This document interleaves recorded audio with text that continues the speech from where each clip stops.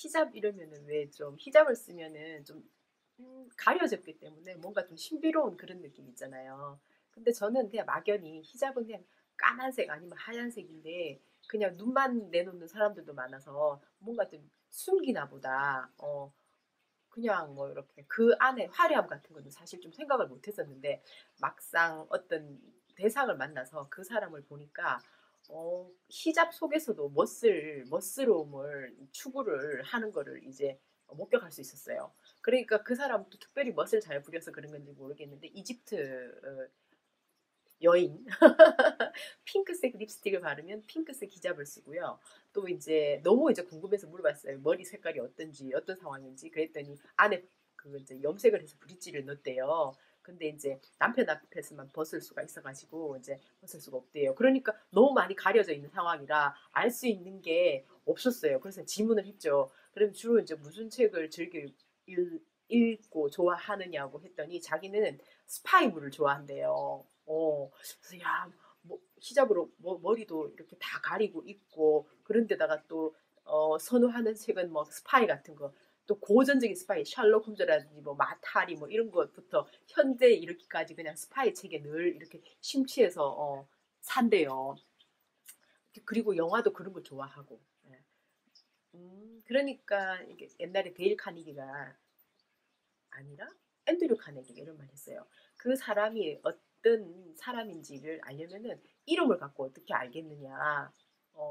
그 사람이 하루 종일 무슨 생각을 하느냐가 바로 그 사람이다. 라고 말을 했어요. 뭐 순이 뭐 영이 어떻게 이름만 갖고는 알 수가 없잖아요. 그런데 그 사람이 하루 종일 생각하는 게 그 사람이라는 거예요. 저는 그 말에 굉장히 동감을 했어요. 그래서 이제 저는 주로 어떤 생각을 하는지 알 수가 없어서 그런 질문을 어, 던졌었죠. 그래서 좀 약간 히잡을 써서 가려진 데다가 또 스파이물을 또 굉장히 즐겨 입고 좋아한다 하니까 좀 뭐 그냥 이분이 좀 그런 삶을 살고 계시고 살아왔구나 여러 가지 유추해 볼 수가 있었어요. 근데 저 같은 경우에는 이제 저도 이제 무슨 생각을 하루 종일 하며 살잖아요. 이제 그 중에서 평소에는 정치에 대한 생각을 안 하려고 이제 안 해요. 실은 안 하는 게 이제 좋으니까.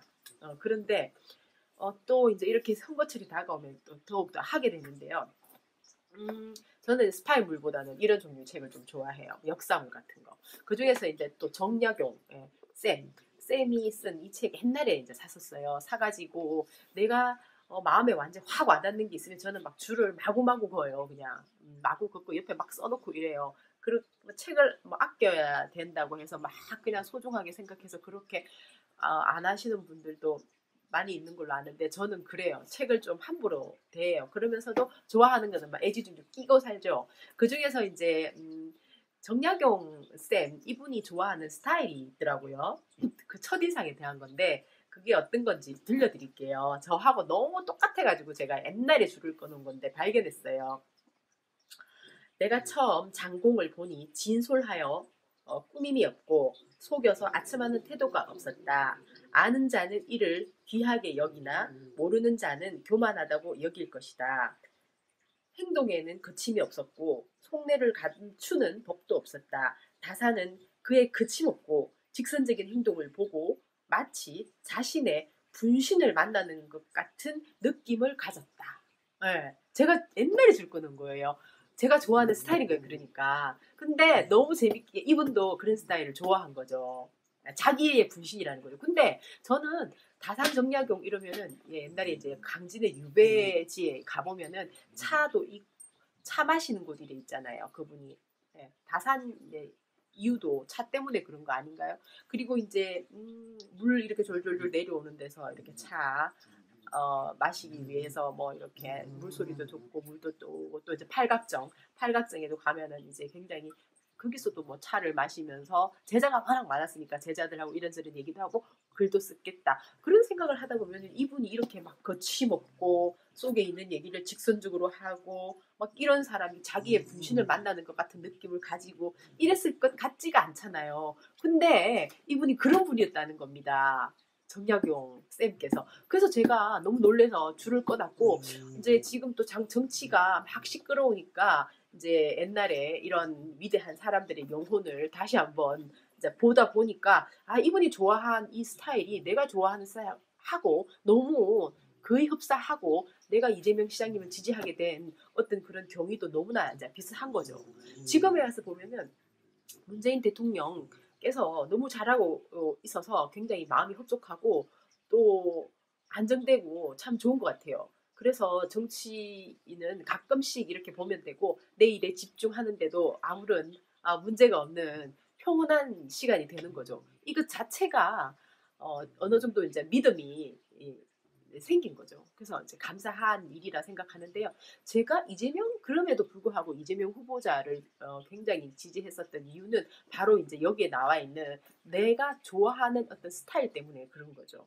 예. 진솔하여 꾸밈이 없고 아첨하는 태도가 없고 아는 자는 이를 귀하게 여기나 모르는 자는 교만하다고 여길 것이다. 그러니까 어떤 사람들은 이재명 시장님한테 교만하다고 느낄 수가 있겠죠.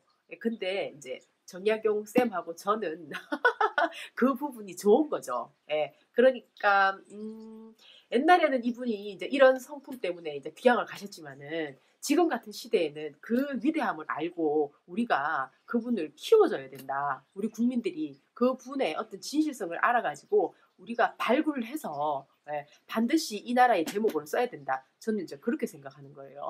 그래서 좀 약간 각도가 좀 다른 거죠. 그리고 이제 이번에 그 삼성 사건 이것도 말인데요. 이번에 이게 터지고 나니까 뭐 정치하는 사람들은 조용하던데 여기서 이제 막 김어준, 손석희, 심상정 이런 사람들이 막 이제 뭐 옛날부터 여기 이 문제를 이제 어떻게 이슈를 가지고 뉴스를 진행하고 했으나 덮어버리는 통에 시간이 많이 지났는데 이명박 때문에 이게 다시 또 밝혀져 가지고 6천 건이나 이게 이제 문서가 나왔다는 겁니다. 예. 그래갖고 막 그 노조에 관련되는 사람들을 탄압을 하고 거의 완전히 막 국정원 수준, 거의 간첩 잡는 수준으로 사람들 하나를 전부 다 신상 명세를 파악해가지고 이제 약간이라도 그 사람들이 이제 기미가 보이면은 어떻게 하겠다. 지침서가 막 너무너무 세밀하게 나와 있다는 거예요. 근데 비즈니스 하는 회사에서 비즈니스에 좀 더 그 신경을 쓰고 또 이제 어떤 인간의 휴머니즘 이런 데 조금 더 신경을 많이 쓰면 얼마나 멋진 기업으로 거듭날 수 있을까 하는 생각을 하게 되죠. 그래서 이제 손석희 그분도 그런 말씀을 하시면서 진행을 하셨어요. 이 기업이 나쁜 게 아니라는 거예요. 이 기업을 운영한 어떤 전통 이런 것들이 지금 문제가 너무 많아서 이거를 바로 고쳐 써야 된다. 그렇게 생각하지 않습니까? 여러분 하고 이제 얘기를 꺼낸 거예요. 또 이제 이재명 시장님도 트위트에서 그 정치하는 사람들은 지금 너무 이제 뭐 바쁜 일이 많은지 모르겠는데 그래도 어, 이 문제에 대해서 굉장히 이제 중요하게 생각하시다 보니까 이 와중에 이 지금 이 후보자로서 이 복잡한 와중에도 한마디 남기셨더라고요. 예. 죄를 그 진짜 노조를 탄압하는 것은 적폐다. 또 구멍가게든 대기업이든 법대로 해라.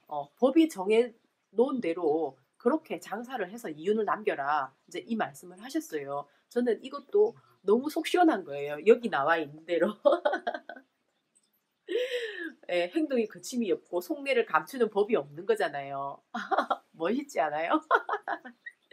그리고 또 이번에 이제 4.3 이거 말인데요. 이거 제가 옛날에 지금 4월 3일이죠. 3월 8일 날 기사 난 거 보니까 성남 아트센터에서 구자범 지휘자가 지휘를 하고요. 뭐 소프라노하고 여러분들이 이렇게 나와서 이제 그 행사를 추모하는 그 기념회를 성남 아트센터에서 이미 준비를 하고 있었던 거예요. 4월 3일을 위해서. 그래서 이분이 이제 그 저기 수원 가셔갖고 이제 그 댓글이 아니고 자기 생각도 남기면서 이제 말씀하셨죠. 여기에 대해서는 온전한 진상 규범이 돼야 되고 완전한 명예 회복이 돼야 되고 제주도의 희생에 우리가 답을 할 때입니다라고 말씀하셨죠. 예.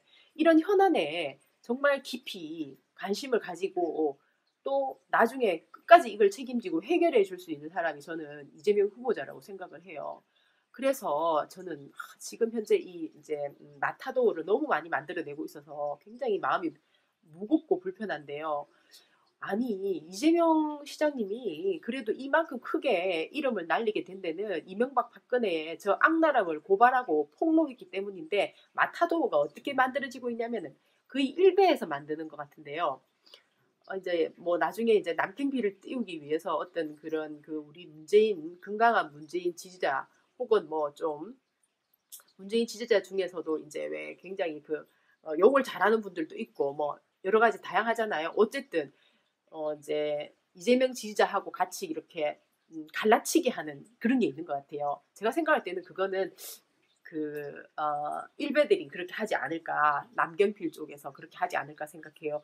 건강한 문재인 지지자 분들이라면은 그럴 리가 없다고 생각을 합니다. 왜냐하면은 민주당이 성공을 해야지 뭐 이재명 후보자님뿐만 아니고 문재인 대통령이 지금 어, 펼치고 있는 이 좋은 일들이 계속 이어져 나갈 수 있을 텐데 이런 심하게 마타도를 한다는 것은 제가 볼 때는 분명히 또 다른 세력이 있다. 예, 자한당 세력이 일베 세력이 그 안에서 지금 우리 건강한 이재명 지지자와 문재인 지지자를 막 분열시키려고 하는 엄청난 작업에 들어가 있다. 저는 그런 생각이 드는 겁니다. 그래서 걱정이 되기도 하고요. 또 한편으로는 사람들이 굉장히 많이 이제 이 자료가 많고 분명한 사실이 뭐 자료가 다 있기 때문에 저는 결국은 승리할 거라고 생각을 해요.